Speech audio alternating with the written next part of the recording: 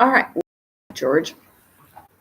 All right. Okay. Hi, everybody. My name is Rita Crumpton. I am the Inventor Lady, although we've talked about changing it to, Gadget Guy, because now I have George as a partner.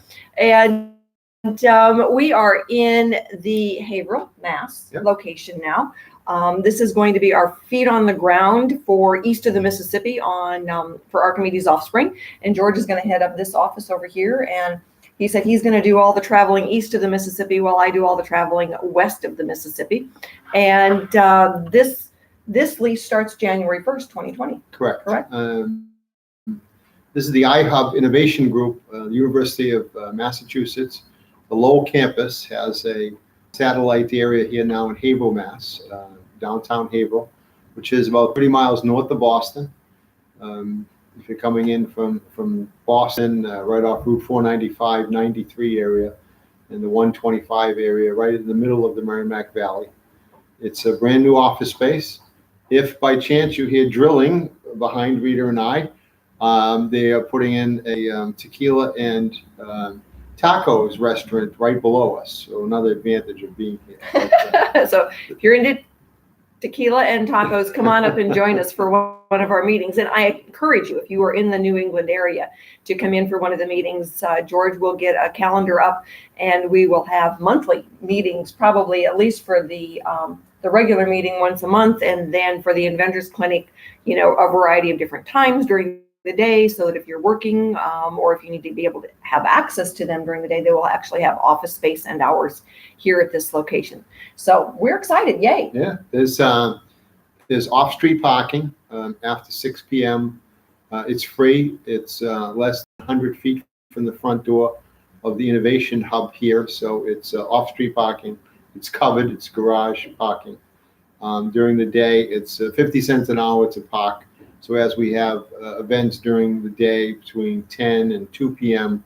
for people whose schedules fit those times, they'll be able to drop in. We're on the third floor of what's on the outside is Pentucket Bank, MTM Insurance, and it's at the University of Lowell on the building, not to be thrown off, but we actually are in Haverhill, Massachusetts. Yeah. So, and if you are west of the Mississippi, no fears. We have got feet on the ground availability in Denver and in Salt Lake City. So, don't want you to think that you can only come to, Massachusetts. But on the other hand, I did have a gentleman fly in from Virginia to Denver to meet and speak with me.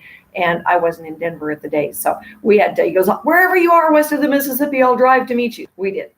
Our topic today is return on investment. And for anybody putting money into anything, I don't care if you're buying a house, you want to get a return on your investment.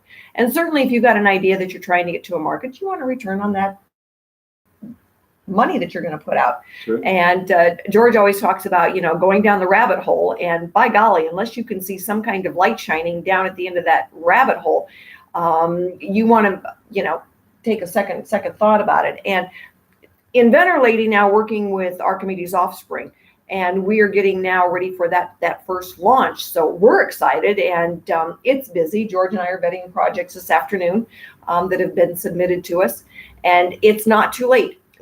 We're going to talk more about this over the next couple of weeks, but the cool thing about Archimedes Offspring, as projects grow up, they will, I don't want to say time out of it, but they will move on. They will grow up, and like I always say, they'll be thrown out to live on their own, just like you do with a college student. You want them to eventually move out. And it's the same way with Archimedes Offspring. We want new products coming in to a particular fund as the other ones are growing up and moving on. So you're not staying at home forever. All right. We mentor you, we tee you up, and we help give you then that boost out the door to work with your product and have it give you that return on investment. And George has had several different projects that he's worked on and inventions. What do you see as return on investment? One of the best things that you want to get your idea to start paying for itself as soon as possible. You want to get it on its way, like raising children. You want to get them out the door. You've trained them.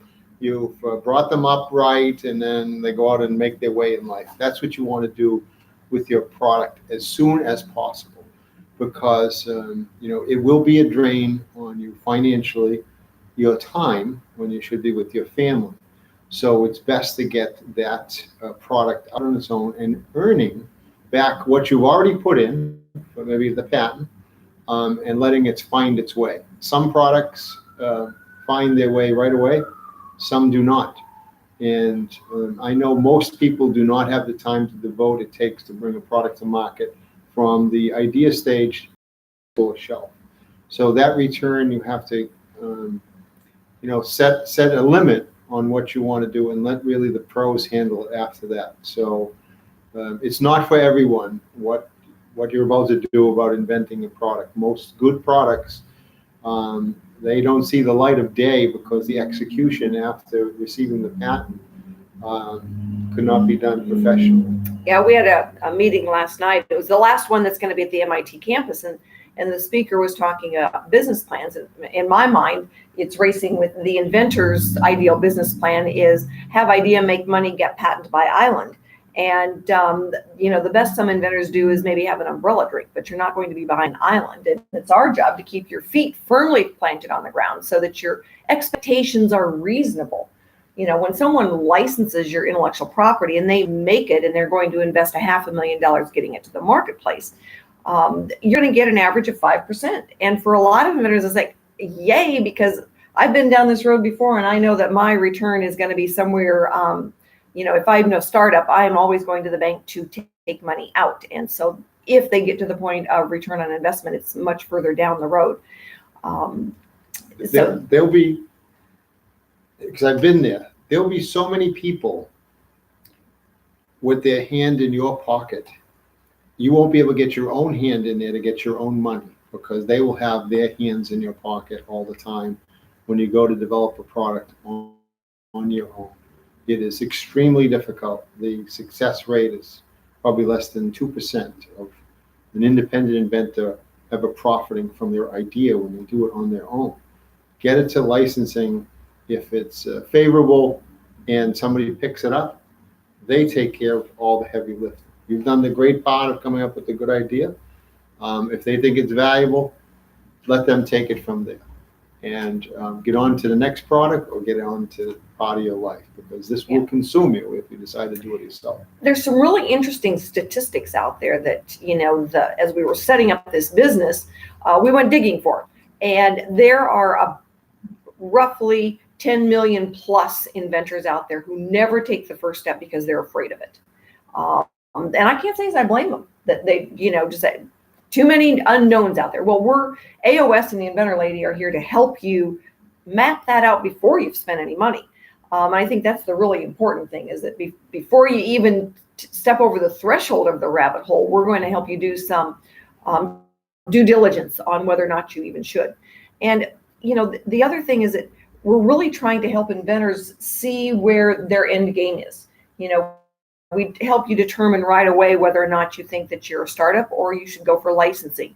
And the statistic that goes along with that is that for inventors who go out the door and they've got a viable product and they take the right steps, their return on investment tends to be 15 to 20%. And who wouldn't want to be using that bank? But it's hard work. It doesn't come overnight. And you really have to be diligent then about who you're listening to. And the one we talked yesterday was how do you wade through all the muck of the junk that's out there? And you have to be careful. There's a lot of people, and like George said, there'll be more people having their hands in your pocket and than you will. And when you're dealing with AOS on the mentoring side, the mentoring part of it is free.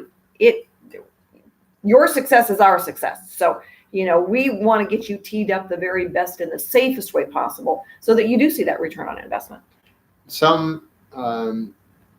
I've helped quite a few people. They're just listening and talking and tell them my story.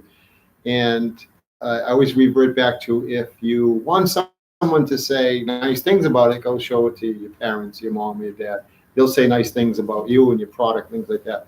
But if you want to get real feedback in a way that will be critical for that return on investment. And that return on investment could be your time. Think how much time you've put into already. Think how much time that you've taken away from your family developing this item that you have. Now, compound that by 50 times when you want to think that you can make them themselves and sell them yourself.